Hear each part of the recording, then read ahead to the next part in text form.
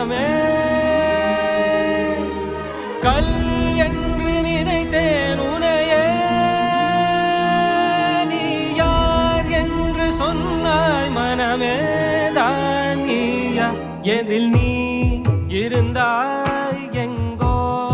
மறைந்தாய் உன்னை